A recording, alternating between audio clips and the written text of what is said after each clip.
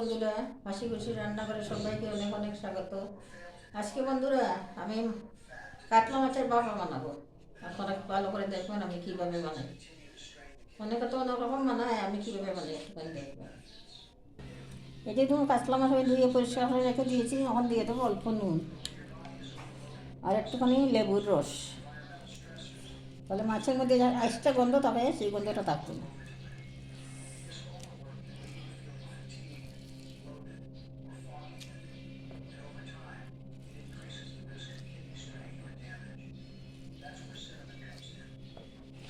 দিয়ে খুব ভালো করে মেখে কিছুক্ষণ রেখে দেবো, নুন আর লেবুর রসটা যাতে মাছের ভিতরে ভালো করে ঢুকে। পাবদা দেবো না বন্ধুরা, শুধু কাতলা। পাবদাটাতে অন্যরকম একটা পাতলা তরকারি করবো। আমাদের এখন রুগী আছেন তো, রুগীর জন্য করতে হবে আলাদা। হয়েছে, এখন সবগুলো মশলা একসঙ্গে কাঁচা তেলের সঙ্গে মিক্স করে নেব।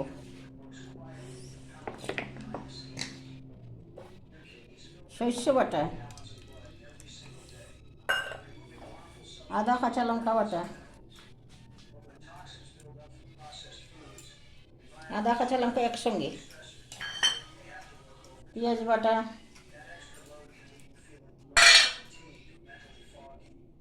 কাঁচা লঙ্কা কুচি,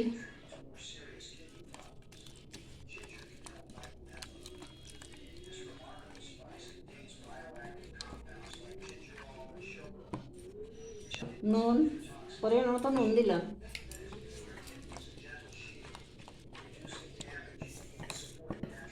এখন মাছগুলি একে একে ঢুকিয়ে দেবো।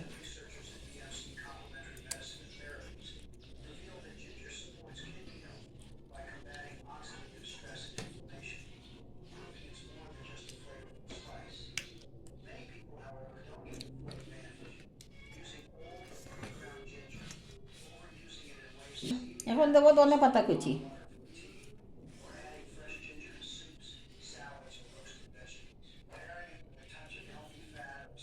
কাঁচা পাকা লঙ্কা, এগুলো ফাটাইনি বন্ধুরা, এমনি দিলাম।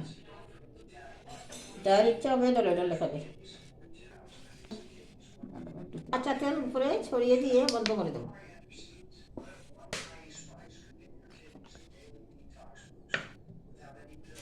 এই যে বন্ধ করে দিলাম বন্ধুরা। এইদিকে কড়াই বসিয়ে জলটা গরম করে দিয়েছি, এখন জলের মধ্যে বসিয়ে দেবো। তারপরে আমি চাপা দেবো। চাপা দিয়ে আধা ঘন্টার মতো বয়েল করবো, তারপরে নামাবো। তখন বয়েল হইতে তার আমি অন্য কাজ করি।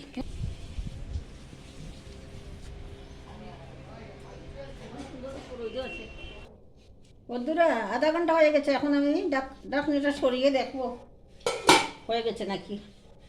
আশা করি হয়ে গেছে, আধা ঘন্টার উপরেই হয়েছে।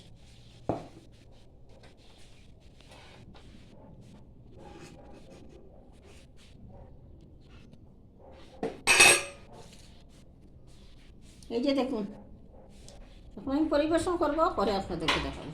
বলো, দেখুন দেখেন বন্ধুরা, আমার কাতলা মাছের বাপা একদম রেডি। পরিবেশন করে দিলাম, আপনার দেখুন কীরকম লাগছে, ভালো লাগছে নাকি। যদি ভালো লাগে তো এইভাবে রাখবেন। আর একটা কাজ করে, বানানোর পরে গরম গরম এইগুলো খেয়ে নেবেন। গরম গরমই ভালো লাগে, ঠান্ডা হলে আর ভালো লাগে না, স্বাদটা চলে যায়।